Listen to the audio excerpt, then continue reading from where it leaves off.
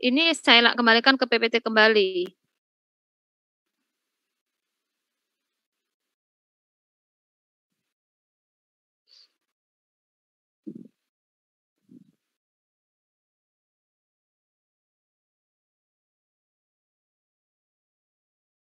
Nah, sudah, saya akan kembali ke sini.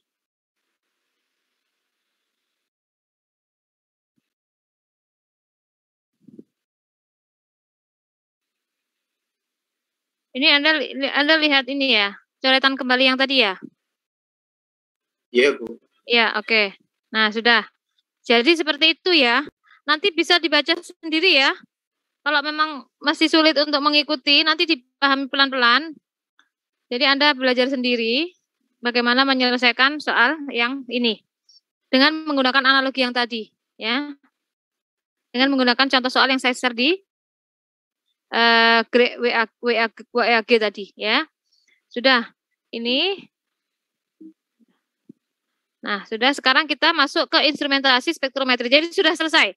Artinya metode analisis itu sudah saya berikan semua. Pertama metode kertas standar, metode analisis standar, yang ketiga adalah metode analisis dua komponen tanpa pemisahan. Itu sudah. Nah, sekarang kita beralih ke bagian-bagian alat dari instrumen ya. Ini tidak sulit ya, Anda tinggal lihat, perhatikan saja. Bahwa instrumen itu sebetulnya terdiri dari ini beberapa bagian ini ya.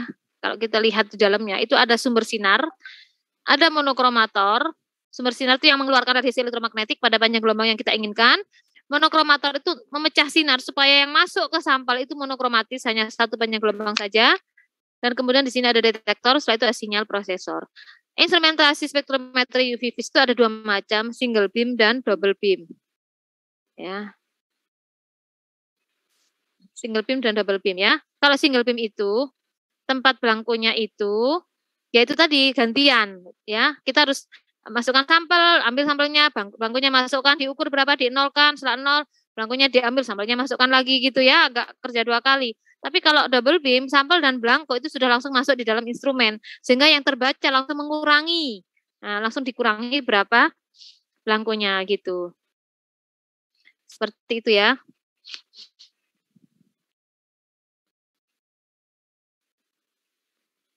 Bisa ya, bisa dipahami ya.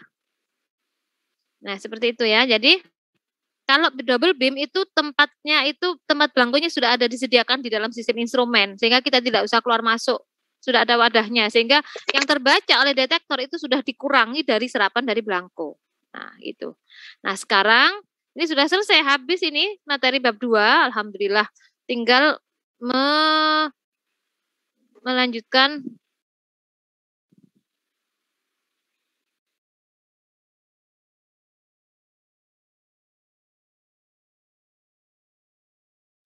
satu slide terakhir sini. Ini sih.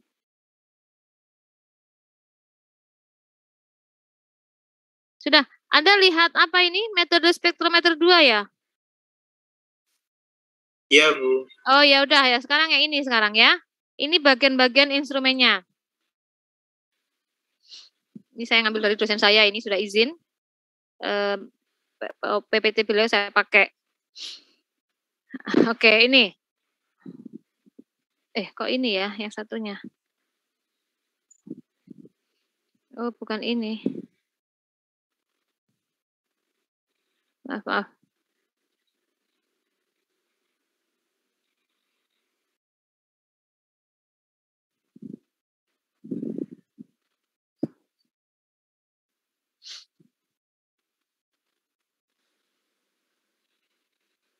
Nih. Nah, ini lanjutan. Ini sama, ini juga dari beliau juga ini. Jadi saya udah izin. Nah, ini. Lanjutan instrumentasi spektrometer UV vis. Alat yang dipakai untuk mempelajari absorpsi atau emisi radiasi itu disebut sebagai spektrometer ya. Alatnya itu spektrometer atau spektrofotometer, di mana memuat komponen-komponen sebagai berikut: sumber radiasi. Nih, kromator, pada sampel, detektor, dan recorder. Sumber radiasinya itu seperti apa? Adalah sistem lensa, cermin, dan celah yang membatasi, membuat paralel, dan memfokuskan berkas sinar. Fotomonokromator itu apa? Untuk menyaksi sinar menjadi panjang gelombang tertentu. Kemudian ada wadah sampel atau kontainer transparan yang biasa disebut sebagai kuvet. Kemudian ada detektor radiasi yang dirangkai dengan satu pembaca atau recorder ini ya. Nah, ini secara umum. Berikutnya sumber radiasinya apa? Kita bahas satu ya. Sumber radiasi, monokromator, sampel, detektor, dan recorder. Sumber radiasinya apa? Sumber radiasi itu ada dua. Kalau kita inginkan panjang gelombang yang keluar itu dalam daerah UV, maka sumber radiasinya terbuat dari lampu hidrogen. Jika sumber radiasinya yang ingin kita keluarkan panjang gelombangnya ada dalam daerah visible, maka sumber radiasinya terbuat dari lampu filamens. Lampu filament tungsten. Jadi memang berbeda ya. Artinya instrumen itu biasanya kalau nggak UV, biasanya kalau instrumen itu disetting dalam instrumen visible, ya biasanya UV nggak bisa di situ karena dia sudah daerah visible. Tapi kalau instrumennya itu namanya instrumen untuk UV, biasanya visible itu bisa gitu loh. Bisa itu maksudnya lampu panjang gelombangnya itu bisa sampai daerah visible. Nah, tapi kalau yang disetting itu adalah khusus yang dipasang itu adalah lampu filamen, biasanya kita nggak bisa ngukur di daerah UV. Nah, gitu maksudnya. Ya. Ya, jadi ada dua macam, tergantung panjang gelombang yang akan dikeluarkan. Terbuat dari filamen tungsten dan dari lampu hidrogen ya. Kemudian monokromator ada dua, ada prisma, ada difraksi grating jenisnya. Ya. Sama fungsinya, sama-sama mengurai sinar, kemudian difokuskan sesuai dengan panjang gelombang yang diinginkan. Kalau prisma itu seperti ini, kalau grating seperti gergaji begini, ada sinar datang, polikromatis, kemudian kita ingin yang keluar hanya 280 nanometer saja, maka nanti akan keluar seperti itu. Berikutnya adalah kontainer wadah sampel. Wadah sampel itu juga berbeda. Kalau sampelnya itu diukur pada panjang gelombang UV, maka terbuat dari sel kuarsa. Maka sampel kuvetnya terbuat dari sel kuarsa. Tapi kalau kita mengukur pada panjang gelombang daerah visible ya sekitar 350 atau 400 sampai 800, maka kita bisa gunakan sampel yang terbuat wadah sampel yang terbuat dari plastik. Tuh. Jadi nanti kita biasanya sudah disediakan kalau instrumennya itu UV khusus UV maka wadah sampelnya memang biasanya sudah langsung terbuat dari kuarsa gitu. Tapi kalau instrumennya itu khusus untuk visible maka memang wadah sampelnya terbuat dari silika gitu. Yang terakhir adalah detektor. Detektor ada dua yaitu phototube dan photomultiplier tube ya. Nih. Oke, nggak ada gambarnya.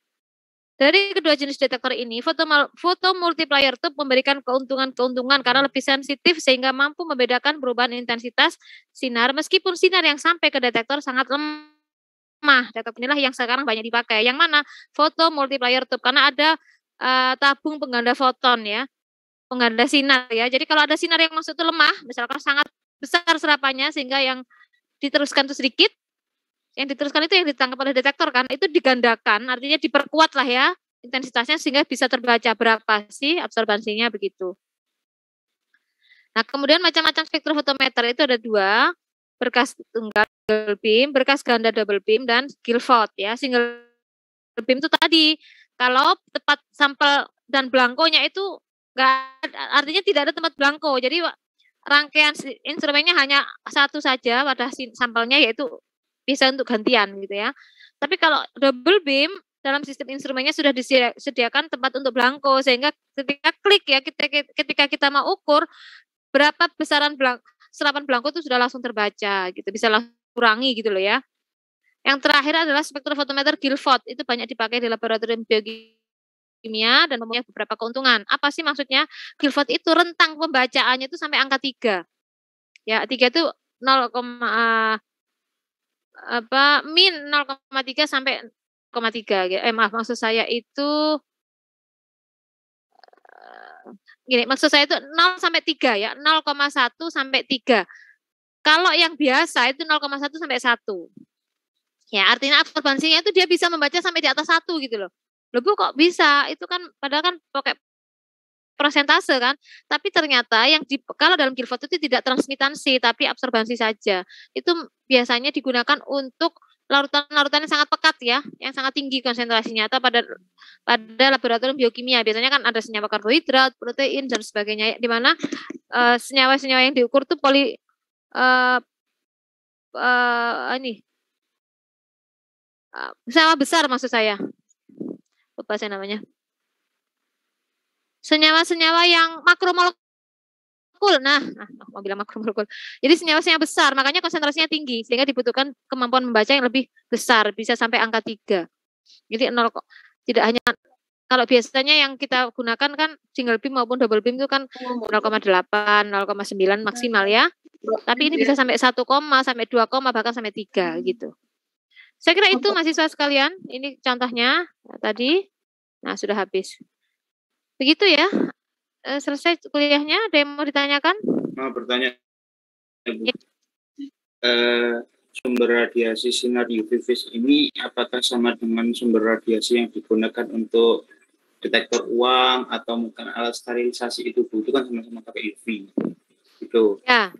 Itu yang pertama. Yang kedua, tadi kan fungsi larutan belangko itu kan sebagai untuk mengenolkan alat bacaan.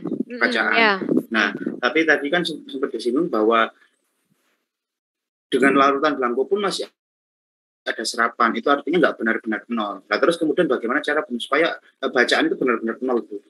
Oh ya, baik. Saya jawab yang pertama dulu. Sumber radiasi yang digunakan apakah sama dengan sumber radiasi yang ada pada pengukur uang yang ada di supermarket itu ya? Ya, pada prinsipnya sama ya. Pada prinsipnya sama, artinya kita siapkan sumber radiasi yang bisa memancarkan panjang gelombang pada daerah tersebut. Nah, gitu kan. Hanya bedanya kalau dalam sistem instrumen tentu alat yang sumber sinar yang dipakai itu adalah yang bisa menghasilkan sinar secara kontinu dengan intensitas yang kuat. Kalau yang sederhana seperti halnya dalam alat bacaan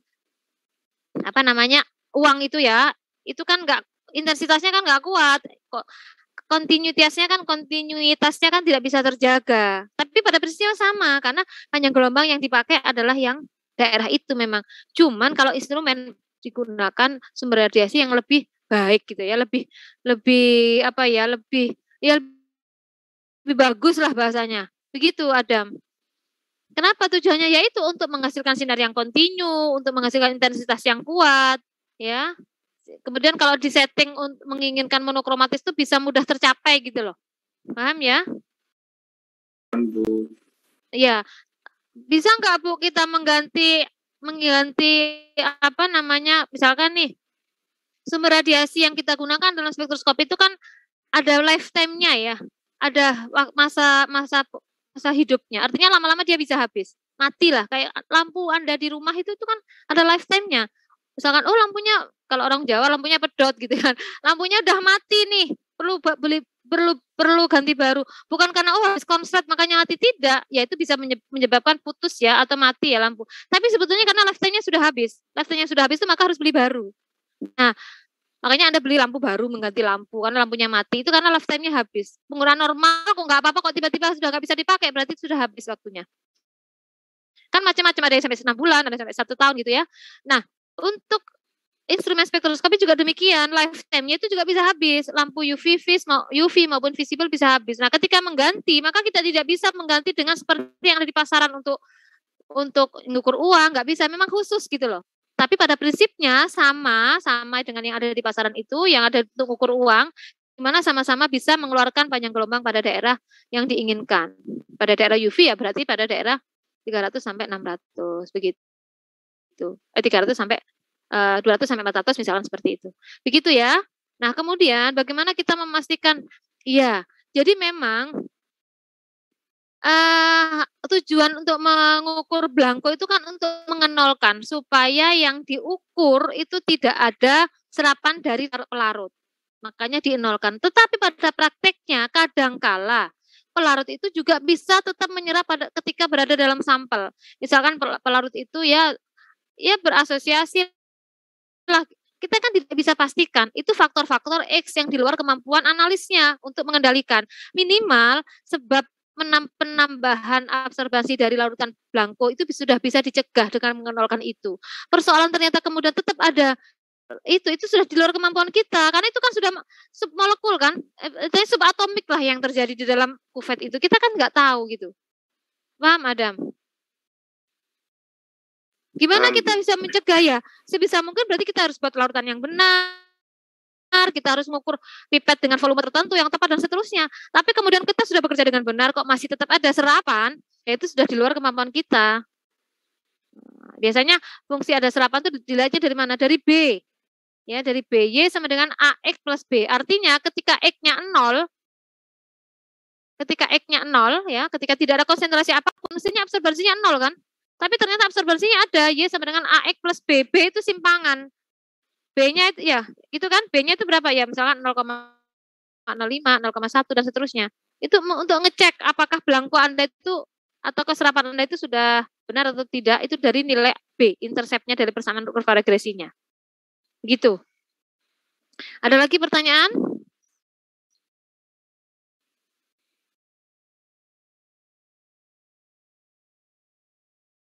Cukup, Bu.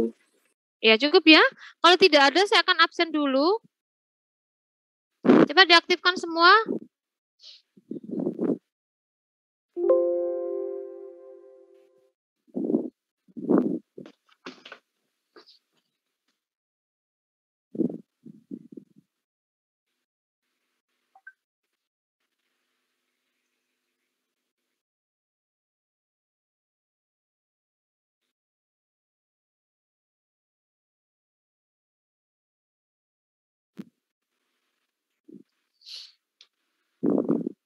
Arvena. Arvena belum kelihatan.